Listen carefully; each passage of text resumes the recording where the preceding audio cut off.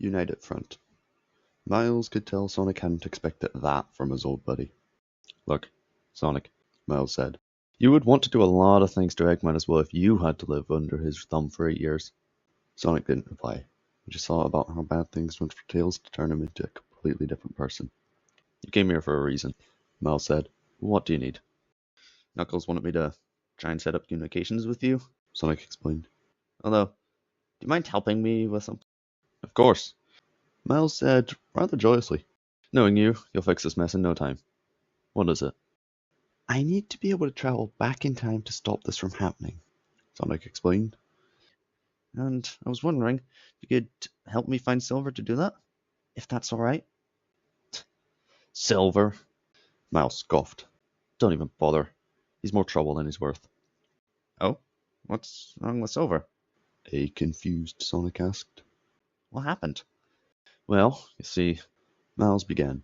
Since you disappeared, some stuff ended up happening. I'm not too sure in the details. But essentially everyone started to distrust Silver. He would go rogue and now has gone completely insane. He's fighting Eggman and the Resistance at the same time. He even managed to get his hands on 5 of the Chaos Emeralds and somehow attain the Phantom Ruby. There's no point in trying anything with him. He's only going to try and kill you. Oh, Sonic replied, not sure now what to do. Well, that changes everything. You're either going to have to ditch the whole time travel plan, Miles said, or somehow make Silver work with you. I'll figure something out, Sonic said, with simultaneous confidence and doubt he could. No matter what, Eggman's victory isn't going to last now I'm here. Miles cracked a small smile. That's the kind of spirit we could use right now, he said. Come on, let's get started. Miles led Sonic out of the room towards a set of stairs before stopping. Actually, Miles said, with Sonic standing slightly confused. I think it would be best if I came with you back to the Resistance base. Creating an effective communication link likely isn't possible with this area under constant patrol. Sonic nodded. There wasn't much he could say. Miles walked over to the hangar he'd left his clothes on. Sonic now noticed that they were completely black, not even so much as a hint of grey. Miles's boots, balaclava, shirt, jacket, trousers, gloves, all one colour. As Miles put his clothes on, there were 2 places with colours that weren't black, his eyes and his tail. But his tail had become brown after the years of dirt it had accumulated. Wait by the door, Miles commanded. I'll switch off the generators and be back in a moment. Sonic obliged. A few short seconds passed before the lights went out. Another couple of seconds later and Miles came back to Sonic, opening the door and leading the pair out. Follow my lead exactly, Miles ordered. Don't even think of going anywhere else. Okay? Okay, Sonic replied. That's what I plan to do anyway. Miles said nothing as he took Sonic down the network of tunnels they were in. Back in the dark, Sonic could barely make out where Miles should be, only made more difficult by Miles' uniform black colour. Sonic's best guide for where Miles was the bushy tail in front of him, but Sonic felt like he shouldn't even look at Miles' tail, given that lightly touching it landed Sonic on the floor. The tunnels were damp. The irregular splashing of water in some areas didn't help. It only soaked Sonic's shoes, and it wasn't hard to understand why Miles wore boots. The tunnel network was huge. At least it felt so to Sonic from all the turns the pair took on their way. Miles, Sonic said, attempting to start a conversation. Can I ask you something? Go ahead, Miles responded. What is it? Do you still consider us friends? Sonic asked. You seem oddly emotionless most of the time. Miles stopped. Sonic realized he shouldn't have said anything. You were friends with Tails, Miles said. Sonic could tell a rant was oncoming. I am Miles. I am what's left of Tails. I am not your friend. You're someone Tails couldn't part with. You're someone I don't need. Tails doesn't exist anymore. Only me. Don't compare me and him. We're not the same.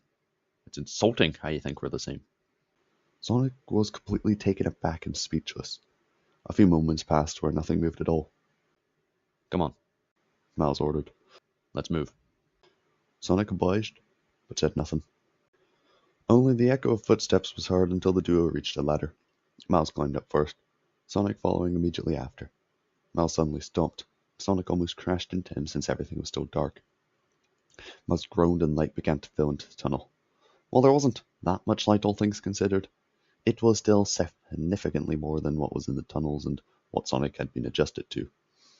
The duo climbed out of the fence, separating them from the rest of the resistance. Sonic knew how he'd get over the fence, but part of him wondered how Miles would do it. As Sonic looked at the fence, a boot flew over it. He turned to face where it came from, expecting anything other than Miles tossing his other boot over the fence. Okay, weird, Sonic thought. Miles probably had a plan, just an odd plan. Grab my hand, Miles said as he extended his hand out to Sonic. Hold tight.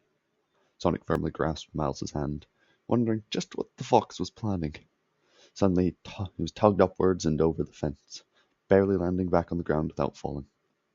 Meanwhile, Miles had landed with Sonic perfectly. You have jet feet?